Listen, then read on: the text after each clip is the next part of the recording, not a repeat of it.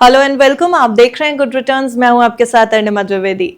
RBI की policy आ गई है जिसका इंतजार सबको था। देश के आम इंसान से लेकर के बाजारों तक हर कोई आरबीआई पॉलिसी की तरफ देख रहा था और finally RBI governor Sanjay Malhotra ने पॉलिसी अनाउंस की है। रेपो रेट को अनचेंज रखा गया है 5.25% पर, लेकिन और भी बहुत सारे नंबर्स सामने निकल करके आए हैं। इन्फ्लेशन को लेकर के एस्टिमेट्स आए हैं बदल करके और जीडीपी फोरकास्ट को लेकर के नंबर्स आए हैं सामने।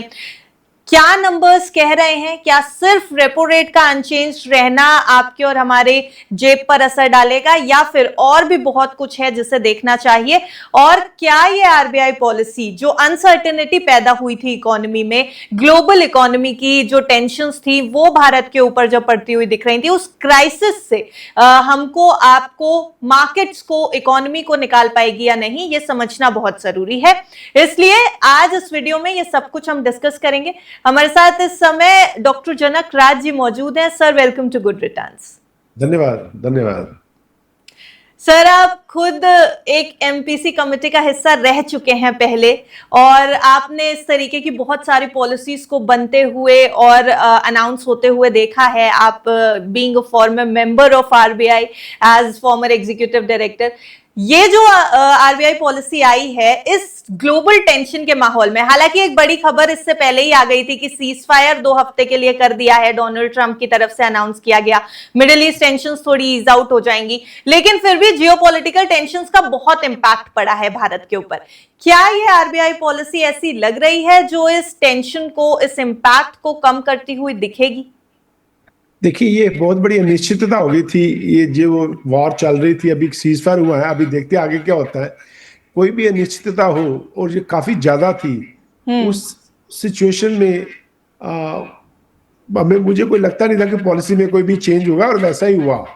और क्योंकि इसमें बहुत ना मुश्किल होती है, आप कोई भी कॉल लेने के लिए आप क्या करें क्या नहीं करें, तो इसलिए उन्होंने ठीक कदम लिया है। कोई भी रेट चेंज नहीं किया और लिक्विडिटी तो सिस्टम में है ही काफ़ी है। और जो सबसे बड़ा इकोनॉमी के ऊपर हमारा फर्क पड़ रहा है वो पड़ रहा है ऑयल प्राइसेस के बढ़ने से। जी, ऑयल प्राइसेस बहुत बढ़ गए थे। अभी जब से ये अनाउंसमेंट हुई सीज फायर की, तो ऑयल प्राइसेस 10-12% कम हो गए हैं। वो अच्छी बात है, लेकिन अभी आगे देखना पड़ेगा कि आगे जाके क्या होता है। ये जो सीज फायर है आगे क्या एक्सटेंड होगी, या उसको ये जो पीस एग्रीमेंट है उसमें कन्वर्ट होगी, या फिर वापस इनकी लड़ाई शुरू हो जाएगी, तो वो भी कुछ कहना मुश्किल है। और वैसे भी आपको तो मालूम है जो ट्रम्प साहब है वो तो बहुत ही अनप्रेडिक्टेबल है, तो कुछ भी हो सकता है। तो इसलिए हमें ऑयल पर बहुत बड़ी कड़ी निगरानी रखनी पड़ेगी। ऑयल प्राइसेस का क्या होता है, अगर ऑयल प्राइस और भी कम होता है तो अच्छी बात है। अगर नहीं कम होते हैं, इस लेवल पर भी रहते हैं, तो भी इकोनॉमी के ग्रोथ पर और इकोनॉमी के जो हमारा इन्फ्लेशन रेट है उस पर थोड़ा बुरा असर पड़ने वाला। वैसे भी इन एनर्जी इंफ्रास्ट्रक्चर है जो वेस्ट एशिया में, वो काफी डिस्ट्रॉय हो गया है, तो उस इफेक्ट रहने वाला है आने वाले सालों में। तो ये कोई आसान बात नहीं है कि इतनी जल्दी वो युद्ध विराम हो भी गया, लेकिन इतना ऑयल के ऊपर जो पहले लेवल था $65-70 बैरल, वहां तक आना तो बहुत मुश्किल है। लेकिन वो भी डिपेंड करता है कि आगे ये अगर समझौता चलता है तो शायद ऑयल प्राइसेस थोड़ी और कम हो, लेकिन वो सब देखना पड़ेगा कि आगे जाके क्या होता है। जी sir, coming back to RBI policy, हम जरूर बात कर रहे हैं कि अनचेंज रखा गया रेपो रेट 5.25% पे, लेकिन 3 चीजें जिनके ऊपर ध्यान डालना चाहूंगी आपका भी और हमारे व्यूअर्स का भी। पहला तो स्टांस न्यूट्रल रखा गया है। दूसरी चीज ये कि जो हमारा इन्फ्लेशन का सीपीआई इन्फ्लेशन का फोरकास्ट था वित्त वर्ष 2027 के लिए, उसको रिवाइज कर दिया गया है, उसको बढ़ा दिया गया है, 4.6% किया गया है, जो कि आरबीआई की जो लिमिट है उससे थोड़ा ऊपर जाता हुआ दिख रहा है। और तीसरा पॉइंट जिसके ऊपर ध्यान देने की जरूरत है वो है जीडीपी फोरकास्ट। जीडीपी फोरकास्ट को भी रिवाइज किया आरबीआई ने, 6.5 to 6.9% का दायरा यहां पर बताया, और 6.9% जो है वो उनके जो फोकस पहले था 7% के आसपास का, उससे कम होता हुआ दिख रहा है। तो इन्फ्लेशन फोकस बढ़ा है, जीडीपी फोकस को कम कर दिया गया है। इकोनॉमी के लिए कितने समय तक मुश्किल रहने वाली है सर? ये देखिए, आपने 3 क्वेश्चन रेज किए, मुझे एक एक करके उनका उत्तर दूंगा। ये जो देखिए, इसको हम सप्लाई शॉक बोलते हैं। ये जो ऑयल की कीमतें बढ़ जाती हैं या फिर फूड सडनली बढ़ जाता है, जैसे कि मॉनसून फेल हो गया, तो इसको सप्लाई शॉक बोलते हैं। इसका जो ग्रोथ पर इफेक्ट बुरा होता है और इन्फ्लेशन पर भी बुरा होता है। जो डिमांड, जो नॉर्मली जो मॉनेटरी पॉलिसी होती है, वो डिमांड मैनेजमेंट टूल कहा जाता है उसको, कि जैसे कोई डिमांड बहुत बढ़ जाती है, ग्रोथ बढ़ता है, उसके साथ इन्फ्लेशन बढ़ती है। लेकिन इस यहाँ क्या होता है सप्लाई शॉक में, आपका ग्रोथ भी कम होता है लेकिन इन्फ्लेशन बढ़ जाती है, तो ये उल्टा होता है। तो जी। इसलिए तो अभी जैसे मैंने पहले बोला कि ये जो अनिश्चितता बनी हुई है, उस हिसाब से मॉनेटरी पॉलिसी स्टांस को चेंज करने का कोई उसका कोई चित्ते नहीं लगता था मुझे। उन्होंने ऐसे किया बिकॉज आपको न्यूट्रल जो स्टांस है वो आपको एक तरह से फ्लेक्सिबिलिटी देता है कि आप रेट को कम करो, बढ़ाओ, या जहां है वहीं रखो। ये जरूरी था। ये अभी ये जो फ्लेक्सिबिलिटी है ये बहुत जरूरी है, क्योंकि अभी हमें पता नहीं क्या होने वाला है आगे।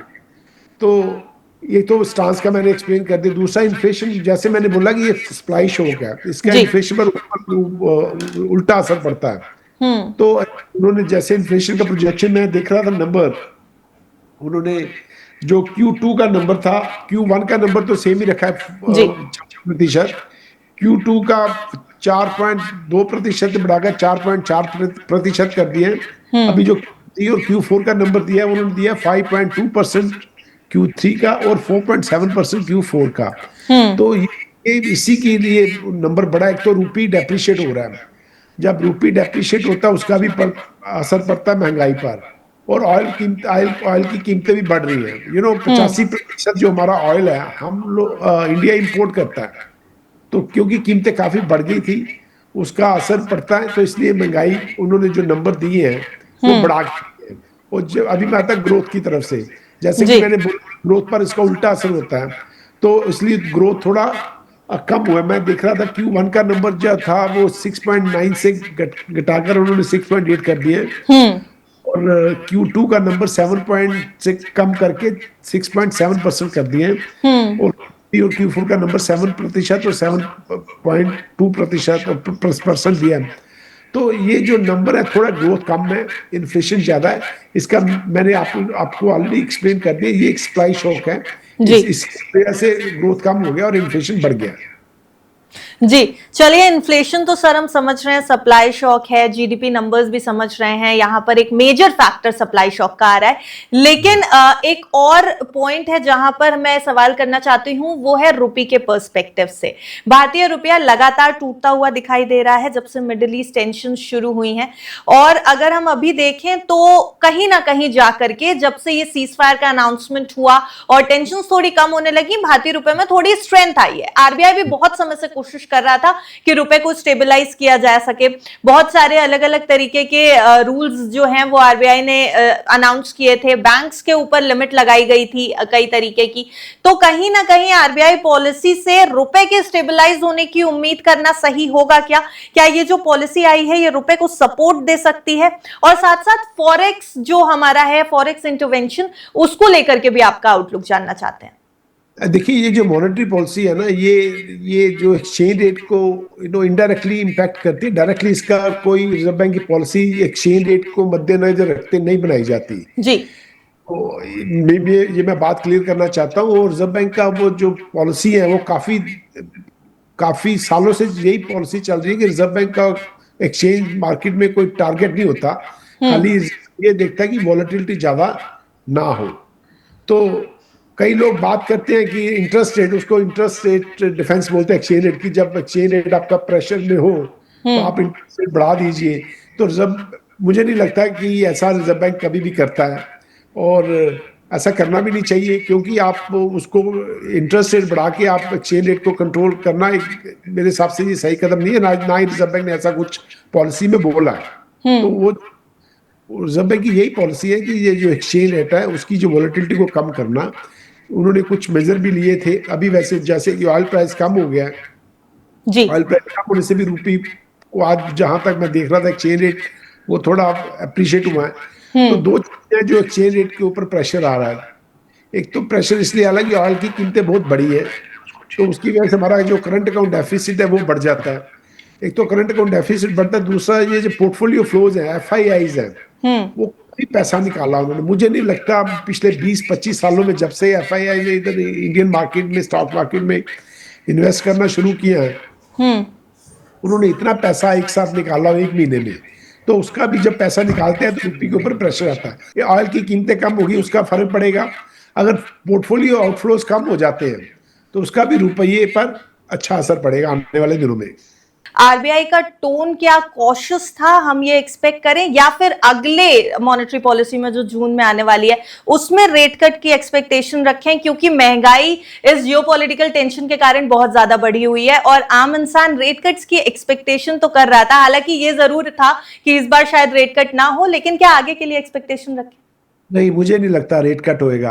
अब एक था उम्मीद, फरवरी में जब बात कर रहे थे, मैं तो किसी दूसरे चैनल में बात कर रहा था जी, से पहले लग रहा है शायद एक रेट कट हो, लेकिन अभी क्योंकि ऑयल की कीमतें बढ़ गई हैं काफी, जब पिछली पॉलिसी थी तो शायद तो ऑयल की कीमतें थी 65 और $70 पर बैरल, अभी है $96 बैरल। तो मुझे नहीं लगता अभी ये, जैसे कि उनको नंबर भी आए इन्फ्लेशन के, मैंने आपको नंबर पढ़ के सुनाए, वो 0.7% है Q4 नंबर। तो मॉनेटरी पॉलिसी होती है फॉरवर्ड लुकिंग होती है, तो वो नंबर रखते हुए मुझे नहीं लगता कि रेट में अभी किसी भी तरह की कमी आने वाली है।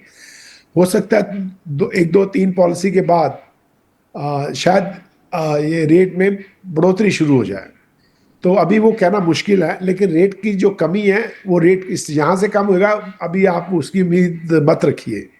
जी, रेट कम होने की उम्मीद तो नहीं रख रहे हैं, लेकिन सर आपने एक स्टेटमेंट थोड़ा डराने वाला दे दिया, रेट हाइक भी हो सकता है अगली बार। एक्सपेक्टेशंस यही है? तो नहीं, वो देखना पड़ेगा कि आगे मॉनसून भी कैसे बिहेव करती हैं, ऑयल की कीमतें कैसे रहती हैं, और कैसा ये एनवायरनमेंट, ये जो चल रहा है जियोपॉलिटिकल सिचुएशन कैसे इवॉल्व होती है। मैं ये नहीं कह रहा कि अभी करेंगे, लेकिन अगर वो देखना पड़ेगा आने वाले 5-6 महीनों में कैसे situation, macro economic situation evolve होती है। उस हिसाब से अगर कीमतें यही, ऑयल की कीमतें यही रहती हैं, जैसे भी बढ़ जाती हैं, फिर मानसून भी ठीक नहीं होता। अभी तो ऐसा मानसून के बारे में कुछ भी कहना ठीक नहीं है, लेकिन थोड़ा है, गवर्नर साहब ने बोला एल नीनो इफेक्ट, उसकी वजह से पर कुछ एडवर्स इफेक्ट पड़ सकता है, तो वो देखना पड़ेगा। लेकिन अभी इसके, मैं ये नहीं कह रहा कि अभी इमीडिएटली बढ़ेंगे, लेकिन कम नहीं होंगे, इसके बारे में मुझे आई एम वेरी श्योर कि ऐसा ही होगा। लेकिन कब बढ़ेगी इसके बारे में कहना मुश्किल, लेकिन आने वाले दिनों में, आने वाले महीनों में कोई सिचुएशन है जहां से इंटरेस्ट रेट शायद बढ़ने शुरू हो जाए, मैं ये कह रहा हूँ। जी, thank you so much doctor Janak हमारे साथ आज जुड़ने के लिए। बहुत सारे क्वेश्चंस थे मन में कि आरबीआई पॉलिसी को किस तरीके से देखें, मुझे लगता है काफी क्लैरिटी मिलेगी हमारे व्यूअर्स को। Thank you sir. Thank you, धन्यवाद।